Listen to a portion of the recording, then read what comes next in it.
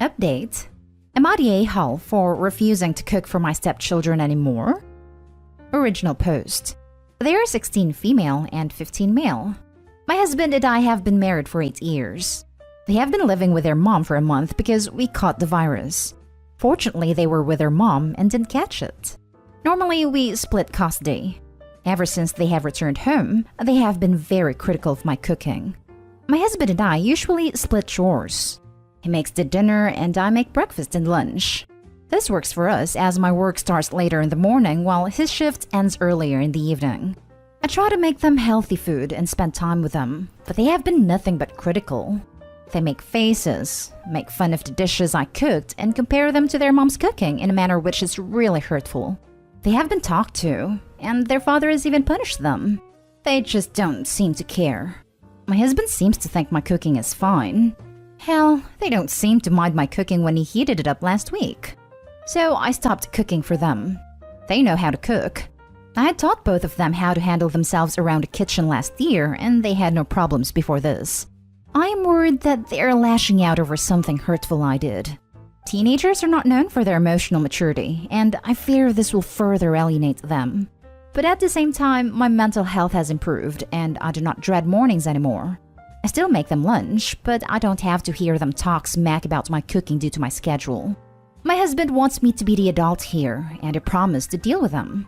He thinks that if I start cooking again, they will calm down. My bonus children are giving me the cold shoulder, and it hurts. But I want to teach them that they have to respect the people in their lives, even if they dislike them. They talked to their mom about it, and she ranted at me and called me names. My husband is making them breakfast now, and they don't seem to mind that change. I had made my peace with them not considering me family. I don't expect them to make me a Mother's Day card or call me mom. I never expected that. That would be amazing, but I know it is not going to happen. I am okay with that. However, I just want them to treat me with respect. Understand that I am an adult in their lives who cares for them and loves them, but they treat me like a servant who also pays for stuff. Now for the top comments. They talked to their mom about it and she ranted at me and called me names. This is why they are treating you poorly. Your husband needs to have a sit down with his ex about bad-mouthing you to the kids. In my humble opinion, you're doing the correct thing. These are not young children. They are teenagers and they damn sure know what they are doing. You don't need to put up with this treatment just because they're kids. They're rude and their words and actions affect other people. This, especially suspicious since things seem to have started up after they spent some time at their mom's. Makes me wonder what might have been said while they were over there, especially since if I'm reading your post correctly, everything seemed fine for 8 years. I doubt their mom was pulling out a full 4-course breakfast for them every day, and even if she was, they can't realistically expect someone else to do the same. So someone's up. Not Dayhall. You said they know how to cook, and if all else fails, they can always go for cereal or a sandwich. They won't starve, and you shouldn't have to put up with their criticism. Oh my god. They're 15 and 16 and someone else cooks them breakfast and makes their lunches? You and your husband are teaching them to remain children instead of becoming adults. It's great that you taught them their way around a kitchen, and no one should be making them breakfast except themselves, especially with their entitled attitude. They're acting like toddlers and your husband is enabling them. You are not the a-hole for setting and maintaining healthy boundaries. Yeah, I was making my own breakfast from a much younger age. I just leave out cereal, milk, and bread for them. I'm worried they are lashing out over something hurtful I did. What did you do that was hurtful? Also, what's wrong with 2 teenagers making their own toast or cereal and fruit in the morning? I was living out of home already by their ages and made my own damn food 3 times a day. But even at say 12 to 13, I made my own breakfast and school lunch, and the parental figures would only ever make dinner. They're not young children. They're fully capable of making their own breakfast and lunch. I'm not voting on your a-hole rating until you answer my question about what you think they may be retaliating over. I have been racking my brains thinking about something I did which would cause this reaction. I can't think of anything, and that worries me even more for some reason. Am I being too oblivious to what I did? And now for the update. I made my post I think 2 weeks ago and a lot has happened. I realized that I was not an a-hole for not cooking for them. I continued to not cook for them and they continued to ignore me. It was hurtful, but I was getting used to it. I talked to my husband about enforcing rules and talking to their mother to ensure that we can solve this issue, but he is reluctant to start drama because he is afraid of going back to the court and having to change the custody agreement. However, all this took a backseat. My father received a very bad diagnosis. It is pretty bad. It sent me to a very bad place and I was just getting by on autopilot for a week. My stepdaughter walked in on me crying in my room. I think she was looking for her dad. She sat next to me and apologized. She teared up a little and told me that she's scared that I will force Dad to move them permanently to their mothers. That made me cry harder. I told her that even though we may not get on all the time, I always missed them when they were at their mothers and house would feel empty without them here.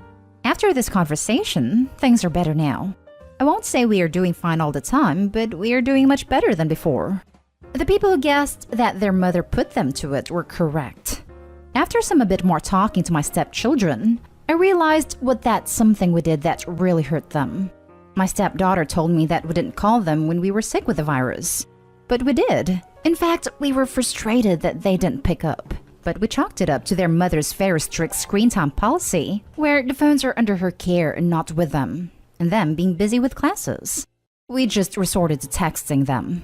My hypothesis is that their mother knew the passcodes and she was deleting our missed calls when the phone was with her, and then using our lack of calls to drive a wedge between us. I have not told anyone about this theory, but this seems like a good theory. I have let this thing slide for now as I'm more focused on helping my father with his treatment. I really want to thank everyone who commented.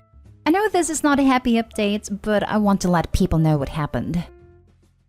Opie, talk to your husband first. But I have an idea. Show your kids your call records and texts you sent when they were at their mom's. They're teens. They're tech savvy enough to understand timestamps and deletions. Tell them you're concerned they didn't get any calls or messages, because you want to make sure they have reliable communication with you and their dad. If your theory is true, the kids will put 2 and 2 together and understand who's really the problem. If that's the case, it may be worth talking to a lawyer and revisiting custody. Besides the whole parental alienation thing, interfering with communication with the custodial parent is dangerous and not in the best interest of the kids. I'm sorry to hear about your dad. I hope you're able to spend as much time with him and the kids as possible. This is a really good idea. Opie, I understand you don't want to add any fuel to the drama and your husband's worries, but I think the kids do need to understand what their mother is capable of. I'm sorry about your dad, Opie. I hope it gets better for you both. And it really is a safety issue with emergency communications.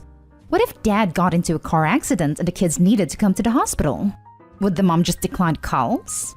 What if one of the kids forgot medication at the house?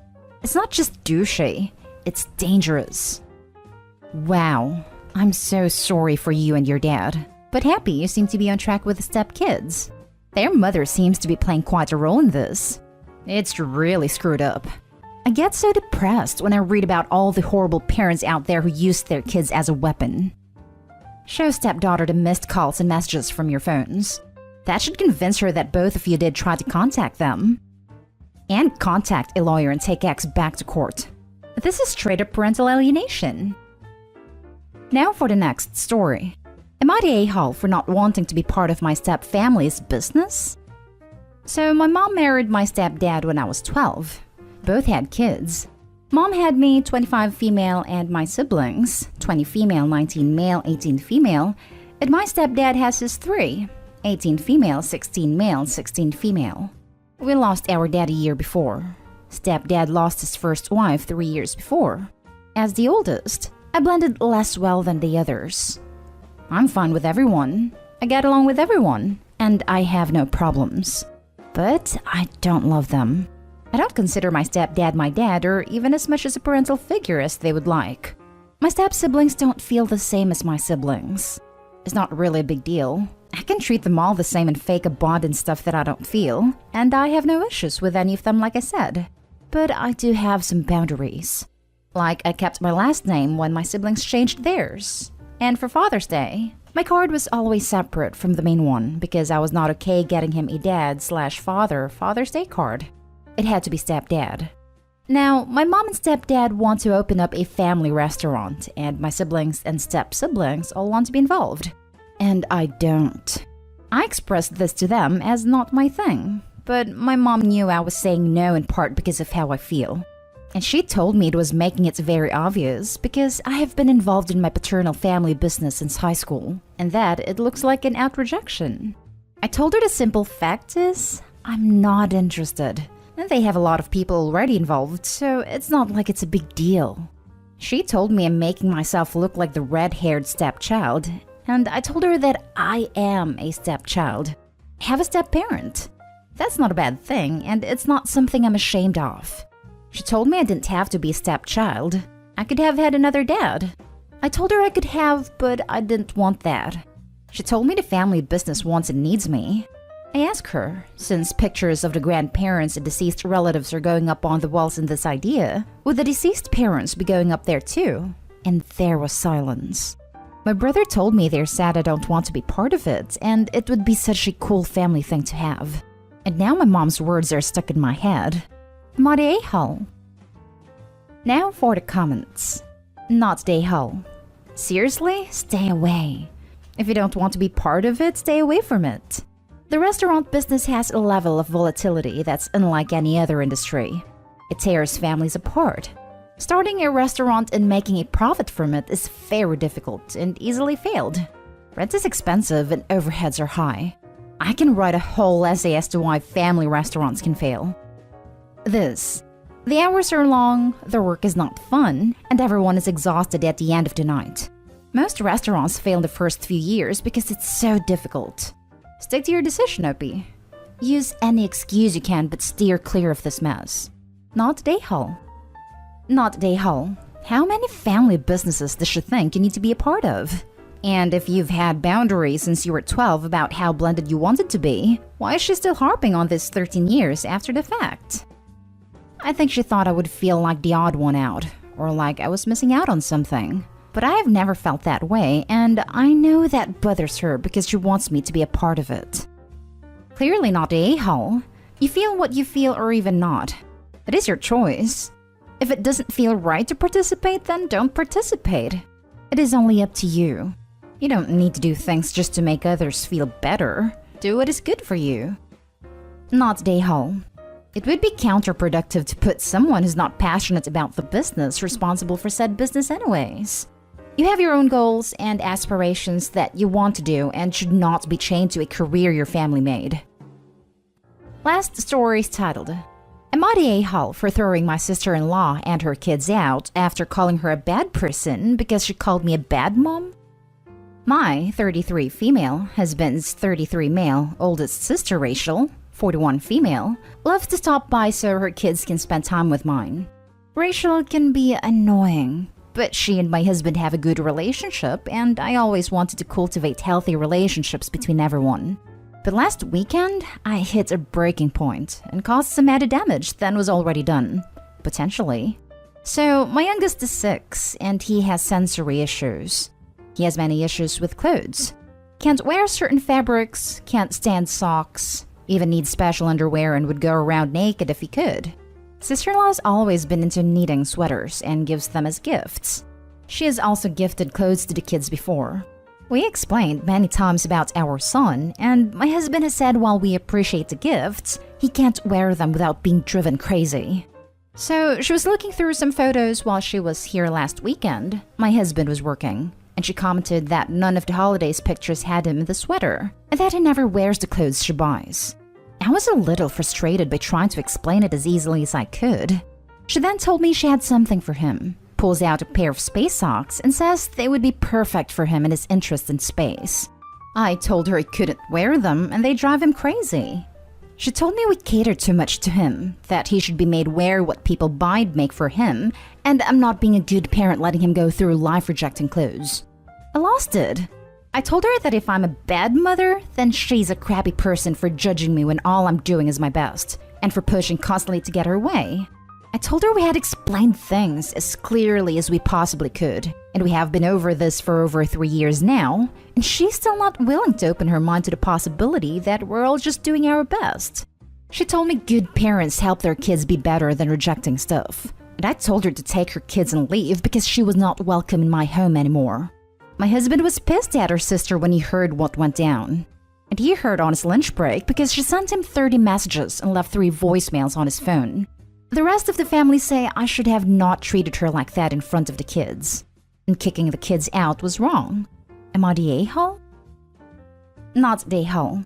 Thanks for standing up for your kids' sensory issues. I didn't have that growing up and I can still feel awful tights in my legs, scratchy dresses, non-stretch pants. I'm 35 and I buy my favorite clothes in multiples because they feel good. You can tell your sister-in-law to go to hell. Enforcing people with sensory issues go wear certain clothes is a special kind of hell in itself. You would think she would take the hint after 3 years of explaining it to her in plain English that the son cannot wear her gifts. Enough is enough. She showed absolutely no consideration for the son's sensory issues.